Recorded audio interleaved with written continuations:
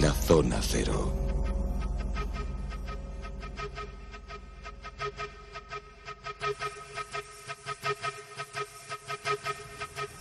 La Zona Cero, que hoy da la bienvenida en sus monográficos a un personaje que en su mundo y en su circunstancia fue extraordinariamente conocido. Se llama Eduardo Pons Prades, o se llamaba Eduardo Pons Prades. Es uno de los históricos militantes de la CNT, uno de los anarquistas más importantes y conocidos del siglo XX. Bueno, vivió todo ese siglo prácticamente en primera persona. Un hombre muy conocido en ese sector, del que hablamos hoy, pero no lo vamos a hacer precisamente de este asunto que le hizo, yo diría que mundialmente famoso. Carlos Canales, Jesús Callejo, Silvia Casasola, buenas. Buenas noches. Hola, ¿qué tal? Hola, buenas noches. Digo que un personaje muy conocido, del que cuando a raíz de su fallecimiento, las diferentes biografías que se hicieron en los periódicos, en los diarios, tanto en los de información general como en los de información política, hablaban mucho de él, mucho y bien de él, de su historia, de su trayectoria, de sus características muy importantes también a nivel cultural, porque él como historiador, como escritor, como novelista destacó en muchos aspectos. Como periodista también. Sin embargo, uno de los fundadores de Alfaguara. Además, y redactor jefe, ahora lo diremos, del diario Barcelona. Y relacionado con esta casa, con Planeta. Es verdad, sí. También. Bueno, además, luego contaremos una anécdota de lo que le ocurrió relacionada con Planeta muy curiosa. claro, pero nada de lo que vamos a hablar aparecía en esas biografías. Nada, totalmente de acuerdo. Sí, además es muy curioso porque murió hace muy poquito, el 28 de mayo del 2007, él tenía 87 años cuando muere, y salieron muchas necrológicas en la prensa. El que tiene una trayectoria política, el que le gusta la historia, el que sabe las peripecias que ocurrieron durante la Guerra Civil, pues Eduardo Pons Prades es una referencia obligada. Primero como persona activa, porque participó en distintos frentes de la Guerra Civil, también estuvo en Francia luchando contra los nazis. Pero dentro de esa biografía llamaba la atención porque no aparecía una obra que él publicó. Es verdad que ya tenía sus 60 años cumplidos cuando le ocurre una experiencia, un incidente, que es lo que vamos a relatar hoy, por eso lo hemos traído como monográfico, que es la abducción de Eduardo Pons Prades. Lo sabe la gente que le interesa el mundo de la ufología, pero no lo sabe la mayoría que le conoce por el otro aspecto, el aspecto político, el aspecto de un hombre sabio, un hombre que era el candidato posiblemente menos propicio para recibir o sufrir una abducción por parte de extraterrestres. Y digo bien, porque él es el que utiliza la palabra extraterrestres. Para que nos hagamos una idea, Pons Prades era un republicano, ateo, sin ninguna clase de creencia religiosa ni ufológica, historiador, combatiente anarquista, que lucha en la República durante la Guerra Civil contra los nazis en Francia. Es decir, es una persona que no estaba predestinado en principio ni para interesarse por estos temas, ni para tener un encuentro en la tercera fase con estos extraterrestres, y luego para contar la experiencia en ese libro, un libro maldito, que no aparece o no aparecía en la bibliografía que hicieron referencia en esa necrológica cuando él muere con 87 años. De eso vamos a hablar hoy. Quería comentar un par de cosas antes de entrar en el tema de lo que es el monográfico Zona Cero. Hace unas pocas semanas, de casualidad, en un zapping en televisión, que mira que es difícil, y lo que es la sincronía, cuando estaba preparando este programa, hace eso, unos 15 días, me encuentro de repente con Pons Prades en la televisión. Estaba hablando de su vida como luchador antifranquista y básicamente el comentario de lo que estaba hablando era su participación en las guerrillas o la resistencia contra el régimen de Franco. Lo curioso es que cuando hice la prueba básica, lo que hacemos siempre cuando supongo todos preparamos algo de este tipo, que es rápidamente una reseña bibliográfica básica en Internet, me encontré con que en ni una sola de ellas se hacía ninguna mención a lo que acabamos de contar. Y que, como dice Jesús, se le ha escamoteado de su biografía de una manera, creo que casi hasta escandalosa, algo que, sin embargo, le guste o no a la gente, fue muy importante para su vida. Cuando tú has utilizado la palabra extraterrestre, las vamos a utilizar todo el tiempo en la conversación, porque a mí el fenómeno del contactismo y de los libros revelados y las revelaciones siempre me ha llamado mucha atención, pero la visión y el punto de vista de lo que ocurre lo da la persona que lo sufre y el mensaje que recibe. Es decir, la interpretación no es necesariamente autónoma, sino que está condicionada por la forma en que cada uno de nosotros o cada persona que sufre un fenómeno de contacto lo percibe. Para unos será un duende, para otros nada, para otros la Virgen, para otros un extraterrestre. Y el mensaje se adapta mucho, siempre, a la forma de pensar de la persona. Por eso es tan interesantísimo el caso de Pons Prades, porque, como ha dicho Jesús muy bien, él era conocido. Hacemos, si quieres, un resumen rápido, muy rápido. Sí, claro. Él desde los años 30 militaba en sindicatos de la izquierda española republicana, en concreto en la CNT, o sea, es decir, estaba vinculado a los grupos que llamaríamos hoy anarquistas, es decir, ni siquiera en lo que podríamos decir una izquierda más moderada, no, él era un izquierdista convencido, como ha dicho Jesús, era ateo, y en el año 37, en plena guerra civil, bueno, él venía del Consejo Económico de la Madera, de CNT, fue aceptado en el ejército republicano y fue ni más ni menos que instructor de máquinas de combate en el frente del Ebro, o sea, sí, trabajaba con máquinas militares. El caso es que después de la guerra se convierte en un refugiado, él tiene que ir a Francia y bueno, no vamos a contar sus peripecias, pero se labró una reputada y ganada fama como resistente al régimen de Franco y mantuvo unas convicciones que no le abandonaron nunca a lo largo de su vida. Esto es importante, es decir, en este caso lo que vamos a contar de Pons Prades no cambió su forma de pensar, simplemente reforzó algunos elementos que ya formaban parte de su ideario y que él había utilizado siempre de una manera bastante clara.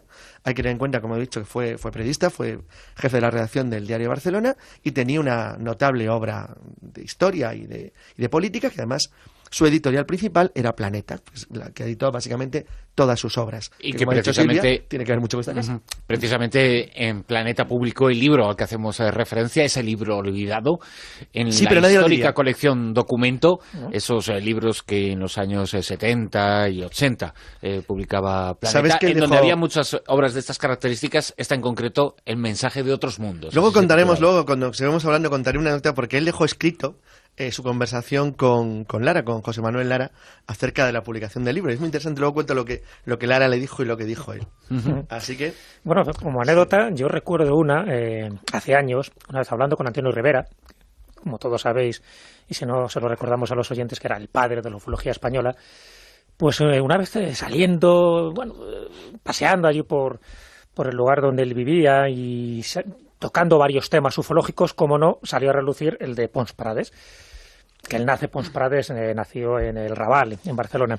Y entonces le comenté esto, digo, qué curioso, ¿no?, que este hombre tuviera la valentía de publicar aquella experiencia que tuvo durante 7 horas, y ahora luego contaremos con detalles, su experiencia dentro de una nave extraterrestre, y que se lo publicara Planeta. Y él me comentó, dice, yo hablé con Lara, me decía Antonio Rivera, y yo se lo dije, digo, tú eres consciente de lo que le vas a publicar a este hombre, ¿no? Dice, porque le puedes hundir su reputación. Y dijo Lara, dice, es Pons Prades el que quiere que esto se publique, él quiere que esta verdad sea conocida, porque, y adelanto un poquito lo que vamos a comentar en este monográfico, es que a él le dan un mensaje que tiene que transmitir a la humanidad. Entonces él se siente impelido dentro de ese concepto solidario que tenía de la humanidad, él se siente impelido a revelar este mensaje, esa experiencia, a sabiendas que esto iba en contra de su reputación, una reputación de historiador riguroso, de una persona muy documentada, que luego de buenas a primeras, en el año 82, publica un libro que se llama El mensaje de otros mundos, y donde habla claramente de que ha tenido un encuentro en los Pirineos franceses con seres extraterrestres. Bueno, pues aún así, Lara le advirtió a Pons Prades, y Pons Prades fue el que insistió que este libro se publicara, y se sabe que fue uno de los grandes problemas que tuvo en los últimos años, a pesar de que él vive mucho más, porque él cuando tiene la experiencia es a los 60 años, él muere a los 87, pero a partir de ahí se convierte en el libro maldito, es el libro ignorado por todos sus biógrafos. El detalle que quería contar del libro es que efectivamente, como ha dicho muy bien Jesús, como le transmitió Rivera, él lo que afirma, además lo dejó escrito, es que le confesó, fue a ver a José Manuel Lara y le dijo lo que le había ocurrido. Imagínate la idea que tenía Lara de él y que de repente aparezca un tipo como Pons Prades y te diga que lo que le ha ocurrido en Prat de Molló, que por cierto, yo no sé si es Cataluña ya, porque es el Pirineo, pero yo no sé si es en el lado español. No, es en el lado francés. Es en el lado francés ya.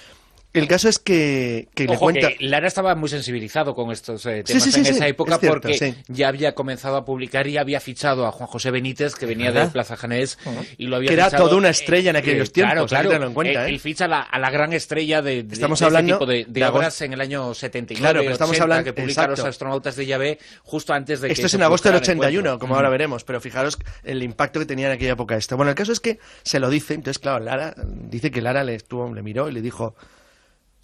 que obviamente se lo editaría. Dice, pero tú verás lo que haces, porque si esto te lo edito, perderás toda tu credibilidad como historiador y periodista. Entonces lo que le contestó Pons Prades es que se dejara de tonterías, porque esto era mucho más importante. Fíjate, una persona que se arriesga a destruir toda su credibilidad solo porque considera que esto es una verdad que él tiene que de alguna manera, una verdad para él, tiene que exponer. Bueno, la verdad es que se demuestra un cierto valor. Es un caso interesante, por no decir yo creo que casi único, ¿eh? Porque los casos que ha habido de este estilo, estaba pensando, por ejemplo, en Strieber, generan normalmente un cambio radical en la vida de la persona. O en España el de Próspera Muñoz. O el de Próspera Muñoz. Muy bien, Bruno. Son casos que te cambian completamente tu vida, pero en el caso de Pons Frades, ¿no? Él mantuvo luego la misma línea de conducta que había tenido siempre, ya fuera como guionista, especialista en documentales, escritor o periodista. Él no cambió en absoluto ni su forma de pensar, ni su forma de actuar, ni su conducta, ni su personalidad. Simplemente dio testimonio de algo que él entendía que tenía la obligación de hacer. ¿Y qué es lo que le ocurrió a Eduardo Pons Prades? Vamos a relatarle su Sí, vamos a relatarlo. encuentro. El encuentro, porque ya digo que eso marca un antes y un después para Pons Prades. Bueno, pues nos vamos a una noche concreta, que es la del 31 de agosto de 1981. Él está en esta zona, ¿no?, de los Pirineos franceses y, bueno, pues de alguna forma está de picnic, está relajándose, es un lugar que él utiliza pues precisamente para desestresarse de su vida cotidiana y sin tener ningún tipo de pretensión de leer este tipo de temas, ni por supuesto de lo que le iba a ocurrir, porque si utilizamos un poco la terminología de Alan Heine, tiene un encuentro en la tercera fase. Es decir, no ve un ovni, que sí lo ve, no solo tiene un contacto visual con estos seres extraterrestres, sino que además estos seres extraterrestres en su nave le invitan a que entre a la nave para darle un garbeo cósmico. La nave, por cierto, tiene nombre, que es Luz del Cosmos. Así se llamaba este vehículo intergaláctico. Es que no deja de tener gracia. Estoy pensando en las técnicas, bueno, luego hablamos un poquito de las ideas tipo baleno, de que tiene que como si fuera un barco pesquero, tiene su propio nombre, como si fuera un transatlántico. Disparate total. Directamente le abducen. Los personajes o los seres que él ve son de ambos sexos, tienen como un mono blanco ceñido a su cuerpo y tiene como un emblema. Como de plástico normal. Más Sí, es un poco, como si teoría sombrita, lo describiría bastante bien. Y con un emblema, que es un poco como el logo suyo, como una especie de lágrima, con una estrella en el interior de esa lágrima. Él describe, bueno, lógicamente empieza ya a preguntarle muchísimas cosas a estos seres extraterrestres, que por eso hemos hecho una introducción para saber quién es este personaje y para darnos cuenta que lo que vamos a contar ahora suena a ciencia ficción. Pero Jesús, fíjate, para cualquiera que le interese el tema del contactismo, la escena onírica que se describe parece sacada de una película tipo En compañía de lobos o algo así. Parece como una especie de cuentecito de sueño en un bosque. Se produce una abducción. Se introduce voluntariamente en este caso, no le obliga ni nada. Él se introduce voluntariamente por la curiosidad que él tiene, es decir, bueno, está viendo un artefacto que siempre le habían dicho que esas cosas no existían. Y bueno, esa primera se encuentra no solo con el ovni, sino con los extraterrestres que le dicen que entre. Él entra y, bueno, pues allí mantiene una conversación, pregunta, por supuesto, de qué planeta son, le dice una respuesta muy indeterminada, muy difusa, le dice que proceden de un planeta blanco marfil, que hay otros planetas que es violeta flor y otro planeta que es verde brillante, con lo cual no es decir nada. No dicen que son de este sistema solar, que son de otro, pero que como que no tienen un nombre definido, por lo menos para lo que sería un terrestre. Bueno, pues hablan de todo, es decir, tiene una conversación con los ocupantes acerca de la situación económica, de la situación política, de la situación social de la Tierra, y en el diálogo le informan de la existencia de una especie de confederación de mundos. Una confederación de mundos, una especie de confederación intergaláctica, que está velando por la seguridad de nuestro sistema solar y que nuestro planeta debería, por su bien, incorporarse en un futuro próximo a esta confederación. Él se queda estupefacto, porque mientras están dando un garbeo estelar, es decir, él ve estrellas, ve planetas, en fin, no sabe distinguir muy bien. O sea, que no están parados. No, ya está durante 7 horas en el interior de esta nave, en Luz del Cosmos, como así se llama, y mientras él pregunta, observa, ve, de hecho, en el libro que publica un año después, El mensaje de otros mundos, hay croquis donde se describe lo que él ve y lo que él percibe. Y, por supuesto, ya digo, como si fuera una película de Star Trek, ya digo, desde los monos blancos ceñidos al cuerpo, con luz por todos los lados, no ve una luz definida o un foco de luz donde pueda proceder toda la luminosidad que hay en el interior de la nave, por supuesto aparatos que él desconoce, tecnología punta que él no sabe de qué va, pero lo único que sí puede describir y da fe de ello es que ha salido de la Tierra montado en una nave que no es de origen terrestre. ¿Para qué le quieren? Porque esa es la pregunta. ¿Por qué me elegís a mí, que yo soy el menos indicado, el menos apropiado? Dicen que le quieren dar un mensaje. Y ese mensaje es el que desgrana en el libro. Por eso el libro tiene ese inequívoco título, El mensaje de otros mundos. Y ahí es donde entramos un poco en el meollo de la cuestión. Es decir, él luego se siente obligado a transmitir este mensaje. ¿A quién? Según estos seres, estos extraterrestres, a las dos superpotencias que había en aquel momento. No describe, no dice qué superpotencias, pero evidentemente ya sabemos a qué se refería. Claro, estábamos en el 81. En la Guerra Fría, claro, y eran Estados Unidos y la Unión Soviética. Exactamente. Fíjate que Una cuestión, antes de pasar al contenido de ese mensaje, pero ya en su propia experiencia y también en el mensaje, evidentemente, y hemos contado la biografía de Eduardo Pons Prades, es una persona muy vinculada a los movimientos de izquierda, vinculada, como hemos dicho, a la CNT, vinculada al anarquismo, tenía una ideología muy firme. Era ateo. Era ateo. Posiblemente porque su ideología, el ateísmo, estaba unida, no necesariamente, porque había muchas personas que no, pero bueno, sí se puede decir que la mayoría de personas de su entorno ideológico eran ateos. Esa ideología contrasta bastante con un encuentro de estas características que, más allá casi de una abducción clásica, es una experiencia puntual de contactismo con ese aire mesiánico. Exacto. Y religioso, en cierto modo, pero en el mensaje es complementario, es un mensaje que contradice o refuerza la ideología comunista de Eduardo Pons Prades. No, pero es que los mensajes nunca contradicen nada. Los mensajes son indicaciones. Antes de que Jesús se meta en el mensaje, un pequeño comentario. Bueno, por cierto, no hemos dicho que Jesús tiene el libro entre las manos, claro. Porque lo tiene es todo. Un libro maldito, es inencontrable. Pero hay una cosa importante para que como el contactismo ha perdido mucha fuerza en los últimos años, hay algunas cosas o elementos interesantes. Voy a dar un dato y un detalle muy, muy desconocido. Te he anticipado algo anteriormente a ti, Carlos. En sus últimos tiempos de vida, él intentó reeditar el libro. O sea, él no renegó hasta el último momento de su trabajo. Sí, que era como que tenía esa misión y no le habían dado la difusión correcta. Exactamente, nunca tuvo la difusión correcta, por lo menos la que él quería. Y casi siempre que le hacían entrevistas, obviaban este tema. Sí, es que no era el que renegaba, eran los de alrededor suyo los que renegaban el asunto. Si no, no hubiera publicado el libro. A mí, perdonar, yo me voy a poner así un poco en plan escéptico. ¿Había antecedentes de lo que en las horas previas, de lo que había estado haciendo Eduardo, si, no sé, si estuviese muy cansado, si había trasnochado?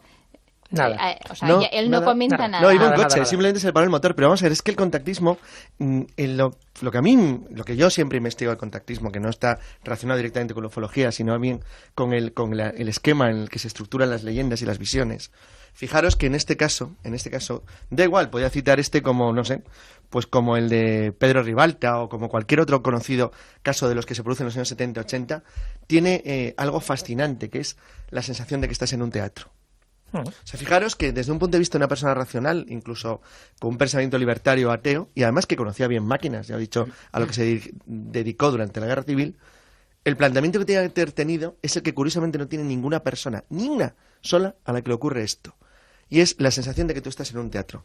Tú estás viendo un escenario que te han colocado para adaptarse, en cierto modo, a la forma en la que tú piensas. Es decir, no choca demasiado, pero es lo suficientemente absurdo para que el contenido de lo que tú estás viendo no tenga ningún sentido y sea todo, si lo piensas frente, una verdadera estupidez. Pero esa estupidez tiene un pequeño matiz, o sea, que va desde el punto de vista de la indumentaria del extraterrestre de turno, que va cambiando según los años.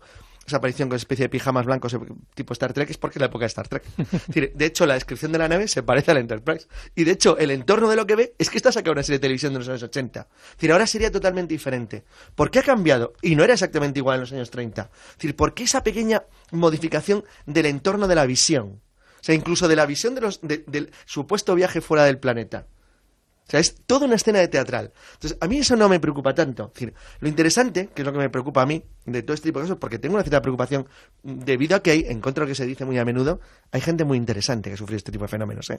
No es como se dice siempre gente analfabeta, una porra. Es decir, hay gente interesantísima, pero lo fascinante es que el contacto se hace siempre en relación a tu estructura mental de pensamiento. A Will Strieber, que se produce muy poco tiempo después, famoso guionista de Hollywood, con un Oscar, que se los encuentra en un bosque, luego dar lugar a Communion, un libro fascinante, absolutamente, de contactismo, el entorno es completamente distinto. Viene de una tradición de leyenda de gnomos. Y entonces aparece de otra forma. Entonces es otra la forma en la que se presentan ante él los que le van a dar, al igual que en este caso, un mensaje. Que es muy parecido en ambos casos. Casi igual. No el mensaje en sí, pero sí el trasfondo. Pero sí el trasfondo del mensaje. El trasfondo del mensaje contactista tiene un cierto aire religioso. Y no es demasiado diferente de los mensajes más cristianos. espiritual que religioso. Casi, Espiritual, ¿no? sí, es más correcto, sí. Son más religiosos, diríamos religiosos, cuando tiene un entorno claramente de enfoque católico, por ejemplo. Los fenómenos que se asocian a la Virgen es porque ya el entorno de la aparición tiene una estructura que mentalmente, para el sujeto que lo percibe, es próxima. Por ejemplo, un día deberíamos de hablar un rato de Fátima, que es uno de los encuentros cristianos más destruidos, tanto por la Iglesia como por los enemigos de la Iglesia. De hecho, una vez dedicamos un monográfico a Lourdes, precisamente para contar la otra verdad que hay en Lourdes, y también deberíamos hacer lo mismo que el de con Fátima es más fascinante porque el Fátima es un clarísimo caso como este. Hay un fenómeno ufológico clarísimo. Clarísimo, incluso la descripción de cómo se va eliminando la aparición original de lo que ven los niños en Fátima. Esas tonterías que se han dicho también por ahí por los que se oponen a lo de Fátima, de que en realidad era una chica inglesa, una bobada. Cualquiera que sepa lo que de verdad ven los niños, saben que que eso es una cosa rara, de verdad rara. Y es sorprendente por el caso de Pons Prades, y ahora vamos a decir el mensaje, quería contar esto, porque es muy importante lo que tú decías, que no parezca grotesco o ridículo, porque es grotesco o ridículo toda la escena. El problema no es tanto la estructura de la escena, sino que la persona que lo recibe lo cree plenamente y tiene la capacidad, en este caso totalmente intacta, de poder representar, dibujar y recrear su encuentro, como Pons Prades hizo en su propio libro, que está lleno de dibujitos de lo que él vio. Claro, y además hechos por él mismo. Claro. Bueno, antes de entrar un poco en el mensaje, es curioso porque la situación que se produce en el interior de la nave, y estamos hablando de 7 horas, 7 largas horas, no todo son conversaciones. Es decir, él se sienta en una mesa redonda, está rodeado de sus interlocutores extraterrestres, y en un momento dado se combinan las conversaciones con largos silencios prolongados, se miran a los ojos entre ellos. Y en un momento dado, dentro de la mesa surge un televisor y empieza a ver imágenes. Fíjate, un televisor, ¿eh? Un televisor, pero un televisor tal cual, sí. No una escena holográfica, no un televisor. No sale una pantalla plana con plasma, no, un televisor de la época de los años 80. Es curioso. O sea, de los que funcionaban. De los que funcionaban, exactamente. Tenía como estos que no hay UHF forma de ver la TDT ni nada. No sé si los rayos catódicos eran radiactivos o no, pero bueno, con rayos catódicos. Y empieza a ver imágenes. Ponía Telefunken. Eso no, ponía marca Acme. Pero eso del teatro es fascinante. Empieza a ver muchas imágenes. Y las imágenes que él ve son muy curiosas porque es como documentales etnográficos. Por cierto, él es un buen guionista y productor de documentales, con lo cual es algo que encima conocía muy bien. Claro, o sea, que le ponen cosas que él se supone que no le van a resultar extrañas. Exacto. Y un poco para mentalizarle de lo que luego le van a transmitir. Y en estos documentales, ¿qué es lo que él ve? Pues ve escenas de los planetas que ha visitado esta nave, luz del cosmos, y cómo le reciben, las fiestas populares. ¿Todo? Absolutamente. Cosas que él se queda extrañado, que no corresponden a la Tierra, sino que corresponden a otros mundos, pero que les interesa por alguna razón las costumbres, el folclore, las tradiciones, las leyendas de cada planeta que visitan. Y por lo que se ve en cada lugar, elegían a alguien para luego transmitirles el mensaje. Normalmente elegían al menos adecuado, entre comillas. Bueno, otra de las cosas que él hace... Oye, perdonad, ¿se saben si Reagan y Andropov, que creo que eran los que entonces gobernaban en cada uno de los... Si se enteraron de este mensaje. Se sabe, ¿no?, que se lo mandó, pero nunca llegó a ellos, como es lógico. Había varios intermediarios. Y entonces, bueno, antes de transmitirle ese mensaje, que ahora lo comentamos un poco, ¿no?, porque ya todo el mundo debe estar diciendo, bueno, ¿pero qué dijo? Claro. También le invitaron a comer y a beber, que es otra de las características que suele ocurrir cuando se dan este tipo de alusiones. Por cierto, un matiz folclórico, el intercambio tradicional de los duendes en las leyendas europeas es un intercambio siempre de comida. Entonces, normalmente la comida no lleva sal y siempre tiene un componente de agua, hay una especie de protocolo ritual. Bueno, pues estos rituales se siguen manejando a la perfección. Entonces alguien puede decir, oye, que son tan poderosos y tienen un mensaje de decir, ¿por qué no se lo decía Garrigan directamente? Claro. No, pero nunca el contactado pero porque eran inteligentes, ¿eh? No, pero nunca es algo que nunca capta el contactado. Nunca lo capta. Y bueno, y una de las cosas que hace es beber. Y él describe un poco lo que bebe, o por lo menos el sabor que tiene este mejunje que le dan. Y entonces dice que le invitan a beber una especie de refresco que tenía gusto a naranja, a limón y a pomelo a la vez. Y también dice que hace una comida con ellos.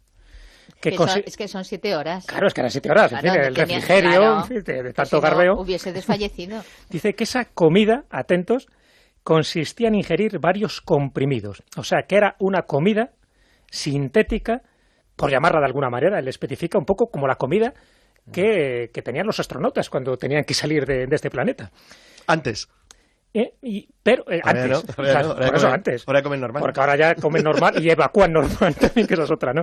Dice, pero tras la cual tuve la sensación de haber comido bien, comenta él en su libro. Es decir, que quedó satisfecho a pesar de que eran unas pastillitas de nada, unas micropastillitas. Bueno, todo esto lo cuento un poco porque es el preludio de esa sensación un poco de que él se siente a gusto, de que se siente cómodamente y que sepa que en el fondo ha sido un elegido dentro del planeta que quieren que forme parte de esa confederación de mundos para que transmita este mensaje. ¿A quién?